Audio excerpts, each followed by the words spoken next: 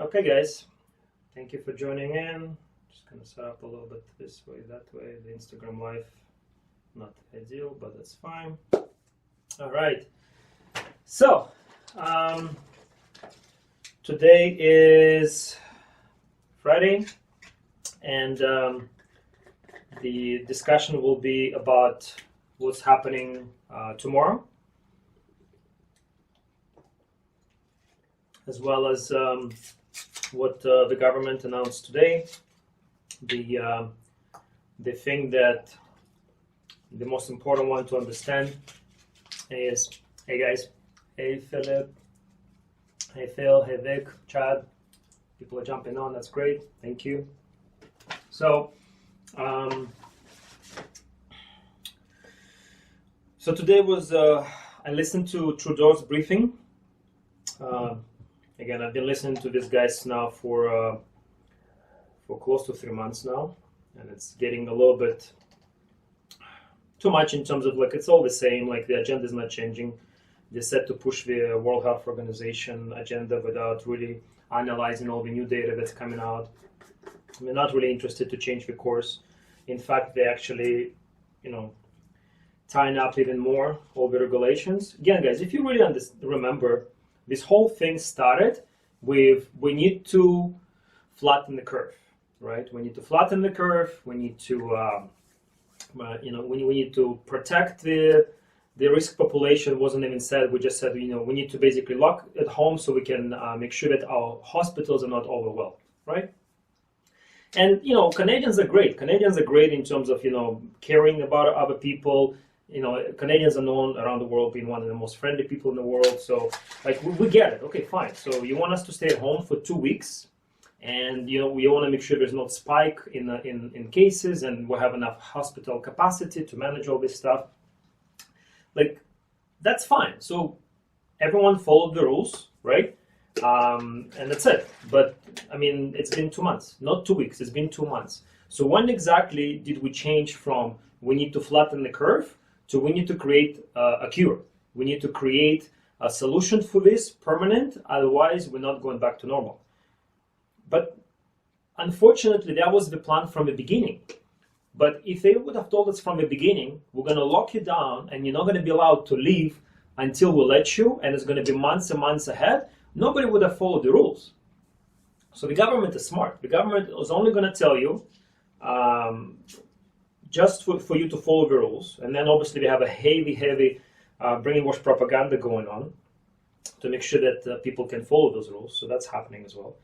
And so the biggest thing that from today's briefing Trudeau was talking about is contact tracing. And if you've been following me for a little bit, I thought Trump was cool after pulling out of the World Health Organization, but now he's talking about sending the military out to vaccinate people door to door. So I'll address that in a second. Thanks, Vic. It's a good point. From today's Trudeau briefing, the thing that he mentioned is contact tracing, and I've been talking about contact tracing for a bit. If you've been listening to my lives and the protest speech and what's not.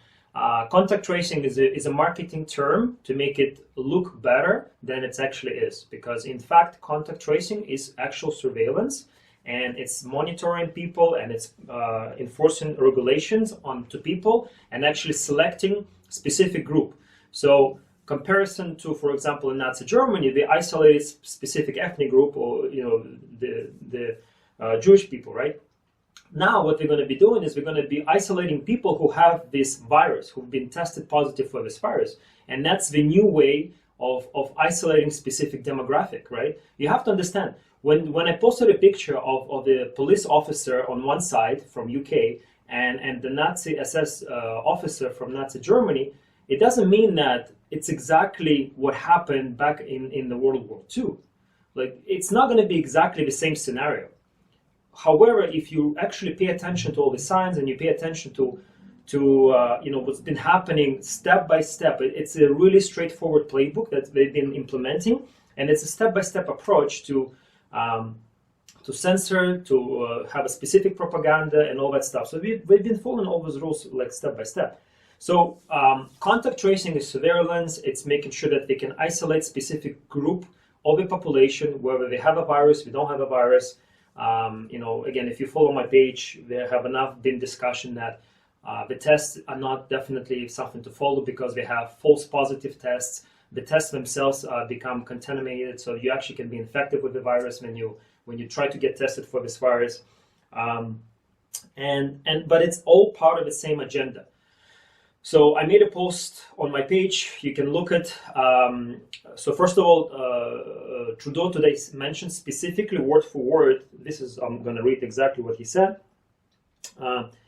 In his whole conversation, he basically discussed that contact tracing is essential part for travel within Canada. So please understand, this is something that we're going to fight big time, because in our Charter of Rights and Freedoms, we have a right to travel across this country, and we're not, unless you're in jail, nobody should tell you what to do. Nobody should tell you whether you cannot go to your cottage. Nobody can tell you if you want to go to another city in this country. So all these bullshit rules that they implemented, that you can get in trouble between different provinces, they cannot hold in court. If somebody understands the constitutional law and understands the Charter of Rights and Freedoms of Canadians, this is all nonsense. I just don't understand how people are just not losing their minds and not yelling on top of their lungs. It's like, enough is enough. That we're not going to be told that in order for us to travel within our own country, we need to do the test, or we need to have a contact tracing app on our phone, and none of that bullshit. So that's basically what Trudeau said today, specifically. I'm not exaggerating, guys. You can watch the replay from today's conference. It's total bullshit. And then Dr. Tam, the following briefing of the ministers that happens, Dr. Tam literally word for word says, contact tracing is essential. Contact tracing is an absolute cornerstone of our public policies going forward. I'm going to repeat. I'm going to read again. This, like, I literally wrote down. Again, you can watch a replay, guys. Don't take my word for it. I always ask people, go and do your own research. I'm here just try to summarize all the information. I do my best to watch all the briefings, the full-time job, right? And then condense some of the things, and then find different resources and all that stuff. Thank you. I appreciate it. I mean, this is all just last minute kind of thing that I'm doing, helping people to get some clarity. So Dr. Tams today says specifically, word for word, contact tracing is an absolute cornerstone of a public policies going forward. And this was stated today. Now, if you haven't seen already, I strongly encourage and recommend, please, YouTube has actually, Rebel News has a good like 10 minutes clip, but you can even find it yourself. There's actually a documentary from 2010, from 10 years ago, from a decade ago. We have a government documentary that was called Outbreak. And it basically explains how the government will conduct themselves in the case of the outbreak. And Dr. Tam there specifically gives an interview where she discussed that she basically thinks it's a good idea for the government to forcefully test people, and it will be discretion of the government to take people out of their own home, put a bracelet on them, and isolate them. And she specifically says that it's much better to have a very overpowering measures and then kind of track them, put them back later, trace them back later, and then apologize if we need to, whatever she said there. But she discussed 10 years ago that she's for forceful confinement, tracing, and isolating people based on this, scenario. And today, 10 years later, she basically says that contact tracing is the cornerstone of the public policies going forward. No, we're going to fight this big time. So that was discussed at the federal level. Just having my vitamins, staying healthy, immune system, right? So that's what was going on there. I watched Doug Ford briefing, part of it. Again, nothing new. Same thing, that they're opening the province slowly and all the other stuff. They're not going to change the rule. But in terms of opening the province, And I said this yesterday in live stream. As much as I want to be happy and be excited about positive news that they're opening the campgrounds and they're opening the golf courses and making sure people still follow strict social distancing rules and whatever, please, there's nothing to be happy about. Unless we're opening everything and without all this new normal stuff that they're trying to put on us, we're not taking that. Because this is not even a flu. Please understand, look at the real data, not the one that you're trying to feature. It doesn't matter how many new cases. I discussed this enough. It does not matter how many new cases. All we need to know is how many serious cases that they have to be hospitalized. In Ontario, in the whole province, it's just over 1,000 people, and it's been like that for a long time. So it's basically less than 10% capacity of the beds that they created, and they wasted the resources, and they canceled 52,000 necessary hospital procedures in Ontario alone. So those are the people that are suffering, those are the people that are dying because they didn't get necessary medical procedures in the hospitals, okay? So, and in Toronto specifically, it's 405 as of yesterday. I didn't watch today's briefing, but the day before, that's, all the data is the day before, right? So I watched it yesterday and it's from the day before. For the whole city of Toronto, 3 million people, 405 people hospitalized. Please explain to me how is that a pandemic? It's not even a regular flu. However, we don't do any of these measures for regular flu, and this is not even a flu, but we're going to do all these measures now. We're going to do social distance. We're not going to be able to hug each other. We're not going to be able to play with each other, dance, have a good time. We need to be tested all the time. We need to have track tracing. We need to have immunity passports, all that bullshit. No. Yeah. For 3 million people, city of Toronto, we have 405 people in hospitals. Okay? They don't even tell you that data unless you have to search for it. They maybe mention it one time, and then they don't even discuss. The only thing every single person tells you is how many people have been tested for this virus. And it's a flawed even information to begin with because, again, there's false positive tests. The tests are contaminated, a lot of them, and God knows what else are they doing when they're actually putting that stick, which is, I said, 5 inches yesterday. It's not. It's like 10 centimeters, the stick that you're trying to stick inside of you. Like, please, guys, don't even subject yourself to that.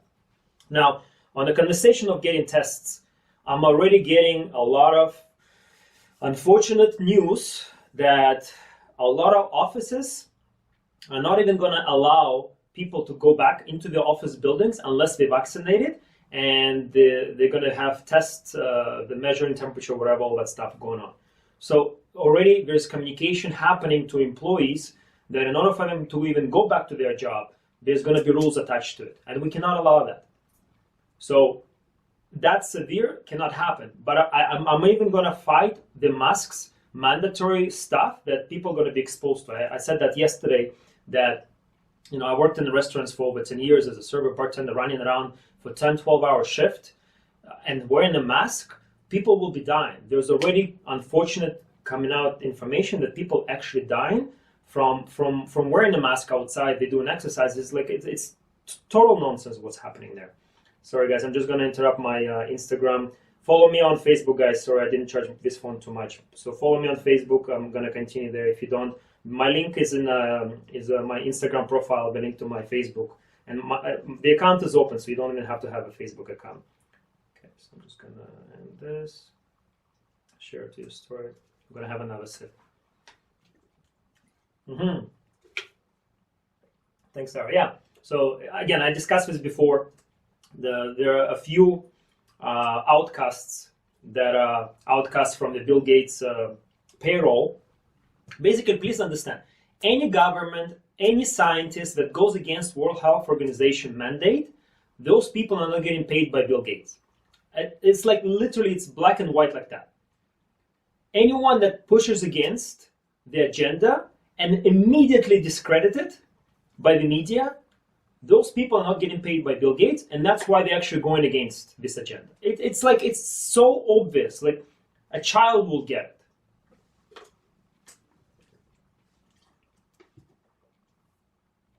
So,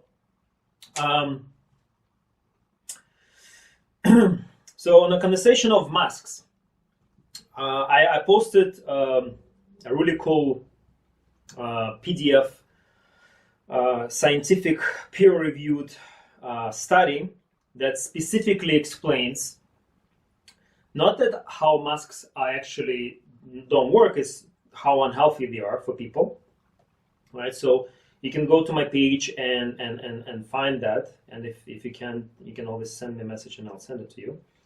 But what was I going to say? So yeah, so it's on my page. Again, you can follow. I have a bunch of resources there. So yeah, so the thing is called Masks Don't Work, a review of science relevant to COVID-19 social policy. Okay, so it's yeah, so it have been extensive randomized controlled trial studies, and like if people really want to get scientific data, I have it. Okay, but this is what I want you to. I think I said it on the other phone. It's ridiculous that there's actually a Facebook. I think I can find it. I want to read this for you guys. It's just to show you how screwed up the propaganda is going on right now. So all the social platforms, they when you go into them, a lot of information that goes against the World Health Organization again is going to be not just censored, but they're going to have these really crazy things come up that kind of warns you that this information is not really even accurate, even though it is. So it's because I already clicked on it. So yeah, so like there's a post on Instagram that actually explains that wearing a mask is health risks, as well as it suppresses your immune system. But before I was able to click on it, Instagram gave me a pop-up fact checker information, and then when I clicked it and I took a screenshot, but it's on this phone, so I'll share it later, guys, on my page. It says false. It says that no, the wearing a mask is not unhealthy, and the immune system doesn't get suppressed. Like, come on. Again, a child will understand that wearing a mask all the time, it's unhealthy because hypoxia that happens. It says no, the hypoxia doesn't happen. Of course it happens. And then the immune system gets suppressed because it's a stress breathing, and you breathe in back all your germs and you keep infecting yourself with everything. So, but the fact checker said it's not, right? And I discussed this yesterday, and I'm gonna post it later too. I took a screenshot. Again, the dietitians of Canada got instructed by its own board that they are not allowed to say that through diet you can boost the immune system. So I already know the board is bought by Bill Gates, because anything that doesn't make sense to us regular people, like eating fruits and vegetables will boost your immune system, but the dietitians of Canada are not allowed to say that. Well, I know the board is now bought by Bill Gates. Any information that gets discredited, that makes common sense, is something that needs to be shut down immediately. So whoever is part of Dietitians of Canada board, I feel sorry for you guys, because I know people spend a lot of money, a lot of time to be registered with something like that, and now your own board tells you like, no, you can't do this. Disgusting. The other thing that I shared on my page, and I discussed this a little bit before, that they stopped actually even tracking regular flu cases. Specifically, for example, for Alberta and Saskatchewan, I have like a chart with all the details. Please understand, they stopped tracking regular flus, regular pneumonias. The government openly tells us that any death that happens and the person tests positive for having the virus, they consider it to be a COVID death. That's how they even had the numbers. And they still don't have enough numbers. So they're trying to use any person dying to be registered as that case to boost the numbers. But this is what you need to understand. There's a difference between dying and having virus in your system versus the infection from that virus caused the death. And those two things are not the same. They do not discuss this. They openly tells us. The Toronto government public health person was saying in an interview, they have a CDC in the States explanation. This is how they even have the numbers that they have. And don't even get me started on the States, because there the hospitals were actually making money by using the wrong procedure trying to help people, but they actually were killing them, because using the expensive 32,000 ventilators was never even appropriate medical procedure to help people with this virus. So they literally were killing people using the wrong procedures. There's actually, I think there's a study came from New York showing the data that 90% of people that were put on ventilators in New York died. And that's how people were dying. Not because of this virus, because they were not even getting proper help.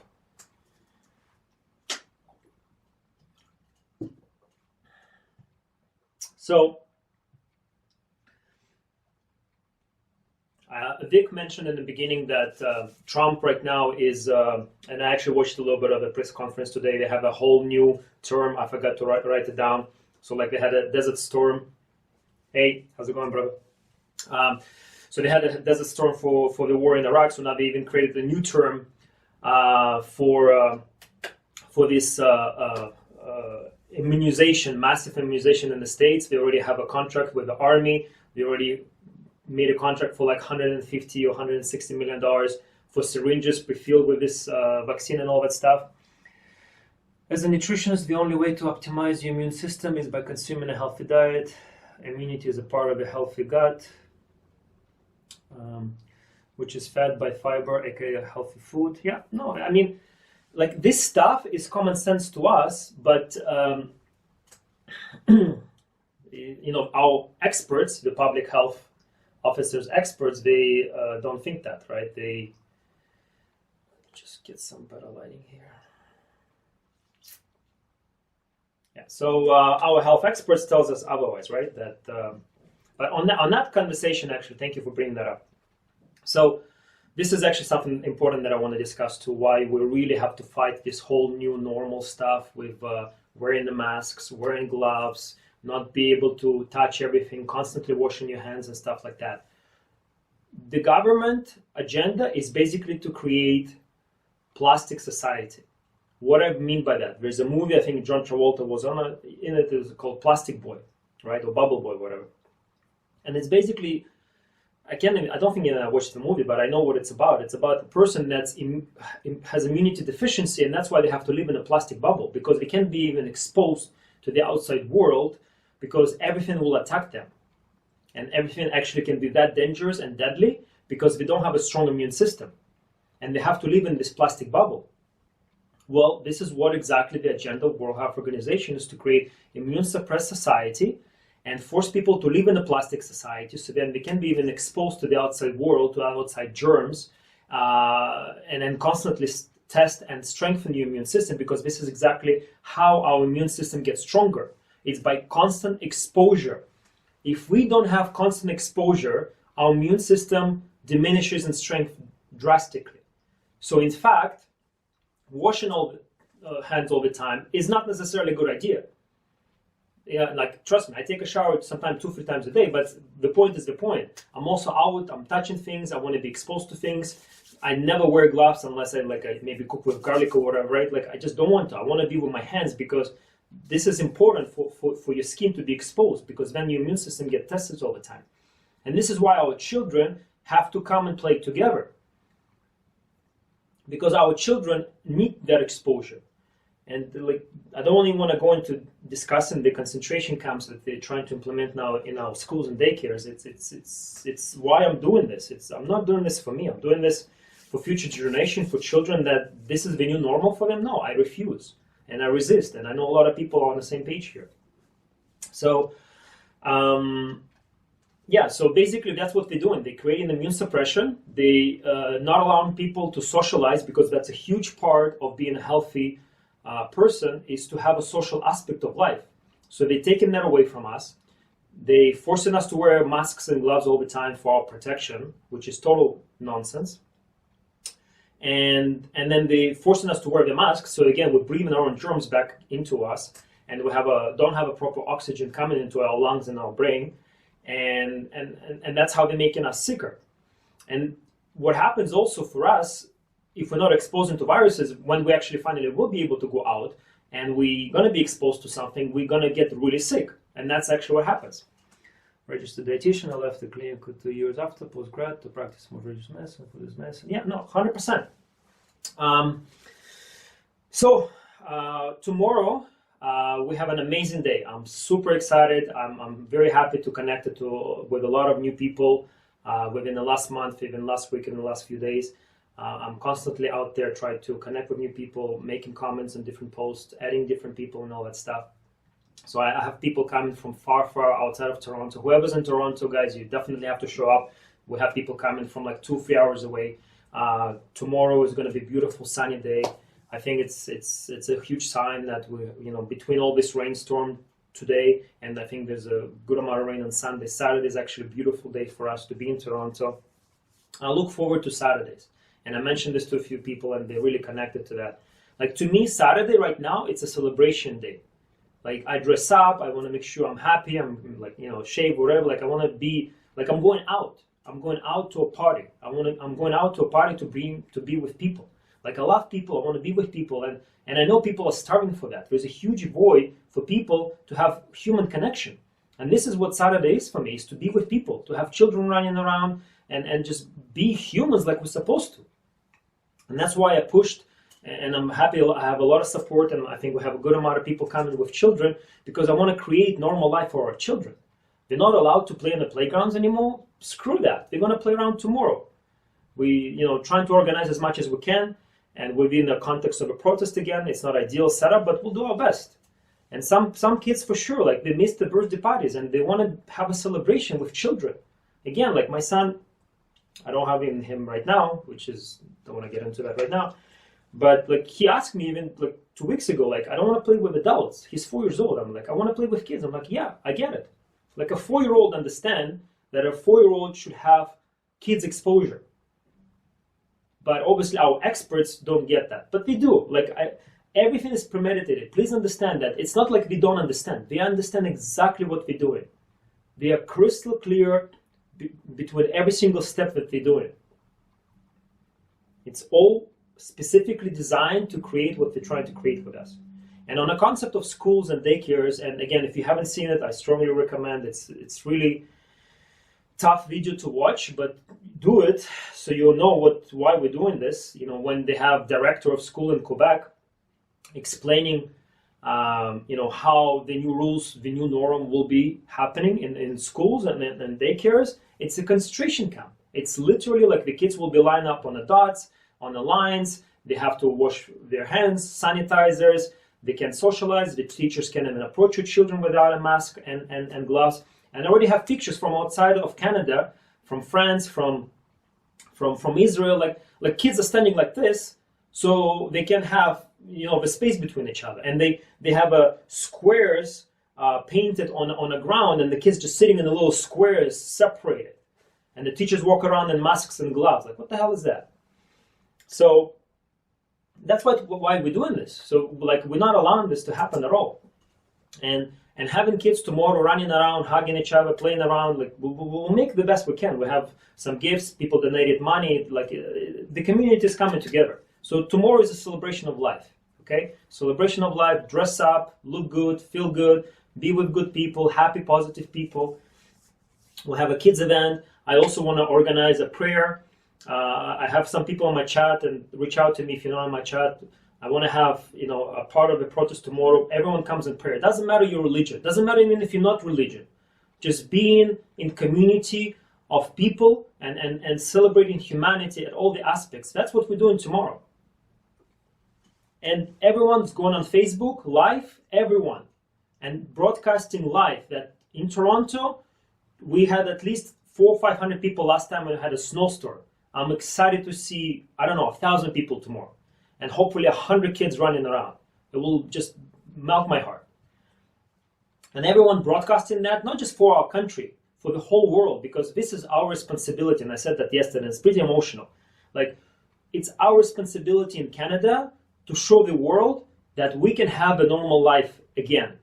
And we must. And we're not going to take the government telling us we're not allowed to have normal life. The government doesn't work with us. They work for us. We tell the government what's going to happen, not the other way around. They really got confused. So it's our responsibility and job explain to the government that it's not them telling us what to do. We're going to tell them what to do. That's why we're going to broadcast all around the world. go live, like from the very the first live I did 2 weeks ago at the protest, it had like 7,000 views. Because it was like one of the first things that people saw, like, wow, people are protesting. And on that note, people don't even know. Like, I have people reaching out to me like, you guys have a protest in Toronto? What's going on? I'm like, yes, please. The 4th week. This is the 4th week. We're going into the protest. We have 400 or 500 people every week. And guess what? Nobody's getting sick. There's no outbreaks. The hospital's not overflowing. That's why this is all bullshit. This is all made up. I call it scamdemic. Again, not because people are not dying of affected by this virus. Yes, 1,000 people in Ontario, 400 people in Toronto. That's it. And the deaths are serious, happening, and over 80% are our elderly population. And I've been saying this before. I consider what happened to our elderly population is genocide, 100%. It's a strong word, and I mean it. They purposely did not protect our elderly population. They created unnecessary capacity in the hospitals. They cut down all the procedures in the hospitals because they were expecting a huge surge. It never happened. And not because we stayed at home. No, people were still out. People are still out. People tried to tell me, oh, we don't have a surge because everybody stayed at home. No. Again, I don't want to repeat myself. In my previous slides I discussed, this virus has been spreading from the end of the last year, not even in the last 3 months. So, tomorrow, celebration of life, kids event, prayer, everyone coming together, dress up, be excited, promote. Like, use tomorrow as a huge event to promote. Don't try to wake up new people, just connect with people who are already awake. And maybe whoever was maybe a little bit hesitant, just talk to those people. Don't even waste your breath on the people that really set in their ground. And I said this before, if you feel safe, staying at home, stay home. Not a problem. Everyone else, come. And at the same time, and I said this before, if you're a business owner, if you're a restaurant owner, if you're a gym owner, if you're any type of other business that still considered to be not essential, please reach out to me. We need to open all the businesses. All the businesses are open. Whoever feels safe to go to business is going to that business. None of this shower curtains, cover-ups, none of that stuff. Okay? This is not even a flu.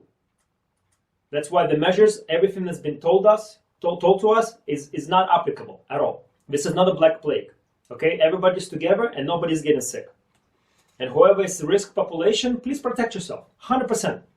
You know your body better than anybody else. And at the same time, please understand, us coming together is actually doing a favor for the rest of the population, because we are the one that's going to create the herd immunity. And again, us being locked up at home is actually what's making the herd immunity process much slower. Sweden already definitely achieved the herd immunity. The Belarus, Taiwan, Japan, like whatever countries didn't lock down at all, or the restrictions were very, very small, those all places already have a herd immunity, because this virus basically peaks at 6 weeks and then it drops at 8th week. And that's it. Like, there's nothing else going on. And again, I feel really bad and sorry for a lot of people in the States, and that's why, again, it's our responsibility for the world, not even for our country, to showcase that we can have a normal life and there's no outbreaks, nobody's getting sick, everybody's healthy, everybody's well. Okay? So tomorrow, Queen's Park, 12 o'clock, there are protests all across Canada. In British Columbia, in Vancouver, I think it's a Sunday, and I'm going to talk to the organizers. I think it's better to have just one day for the whole country. So then there's, like, we just have one day when everybody goes out. And I really would love to open the businesses on Monday. All the businesses, whatever business wants to open and not be shut down and follow this unnecessary regulations, please reach out to me, okay? We're going to open the businesses, we're going to open the country as much as we can. And again, it's all about making an example. And we've already been making an example for the last 4 weeks. Nobody's getting sick at the protest, everybody's healthy, everybody's well. Okay, guys? All right. I love you all. Stay blessed, stay healthy. I'm really looking forward to tomorrow. I'm really excited to see everybody, kids running around, people coming together, and humanity will prevail. All right? Love you all. Stay healthy.